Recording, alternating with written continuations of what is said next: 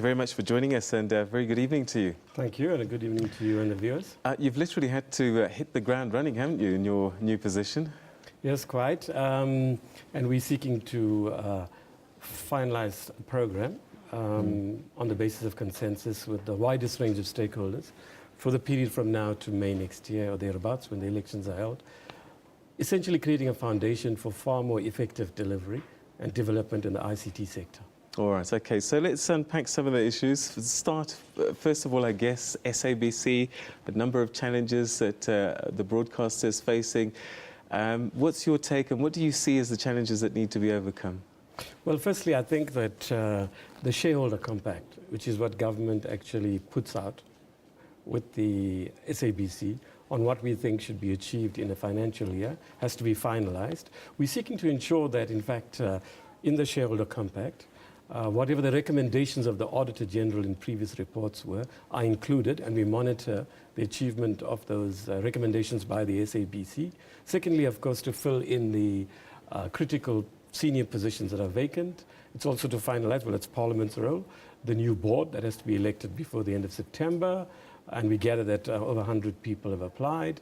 It's also to work with the SABC and indeed other stakeholders to move towards digital migration, and also is to look generally at the financial sustainability of the SABC over the long term. And indeed, we have set up, as you might know, a joint task team between the Auditor General's Office, National Treasury, our department and the SABC to work cooperatively on these issues. Are you happy with what you've seen so far and the turnaround strategy that's kind of been proposed? It's early days to say, but my sense at the moment is, yes, there has been progress. Yes, the SABC is very, very challenged, but no, it's not as challenged as is made out in the public domain. And it seems to me that one of the tasks the SABC has, after all, you're a broadcaster and a public broadcaster at that, is to communicate more about precisely what it's been able to achieve. I think if it did so, the public out there would feel more confident. All right, so digital migration.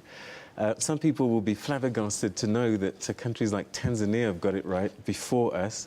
Yes. Are we on track? Are we going to make the deadline? 2015 is just around the corner, Minister. Well, we're going to put the collective shoulder to the wheel, as it were, to ensure it does happen. In any case, we have limited choice, as you know.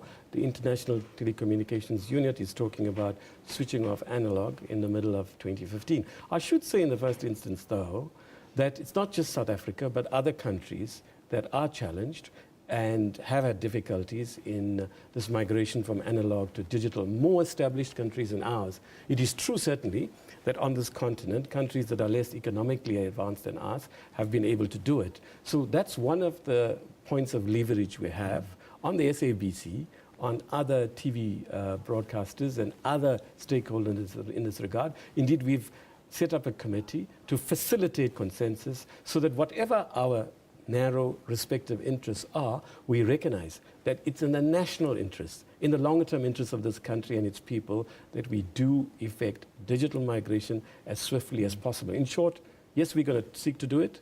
Yes, there's every possibility we will do it if we all work together. And ultimately, if we fail to do it, it's our collective responsibility. And you're in an industry where people want certainty, clarity, things like spectrum allocations, yes. And when are we going to get a final word and final order and clarity on all of these issues so that people can just get on with their jobs?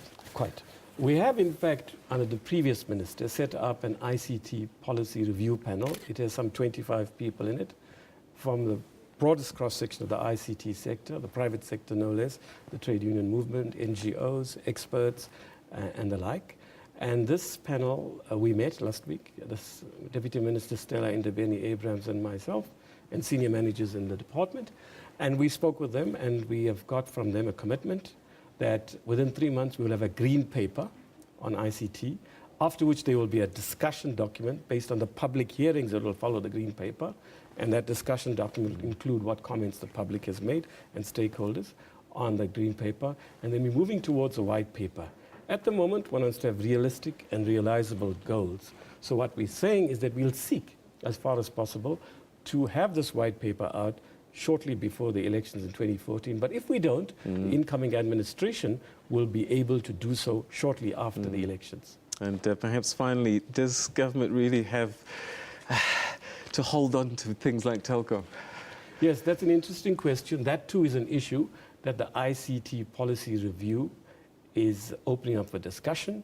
A decision on that will be made not just by government, but also by listening to others, not least Telkom itself. We met Telkom last week. These are issues that came up in our discussions. Certainly we have to recognize that Telkom has the backbone, the infrastructure that the country needs for advancements on ICT. And given the role of the state at the moment in the economy, we can find ways of ensuring that the state has a significant role with Telkom, but in partnership with others, as indeed is the case in the way the shareholder management is structured now with us as government, representing 39.8%, PIC about 10 to 11%, and then there are other stakeholders there. We need this board and this management at Telkom to be far more effective and efficient than it is before we look at other options as well that you're suggesting. Okay, Communications Minister Yunus Carrim, it's been a pleasure talking to you. Thank you for your time, sir. Thank you indeed. All right.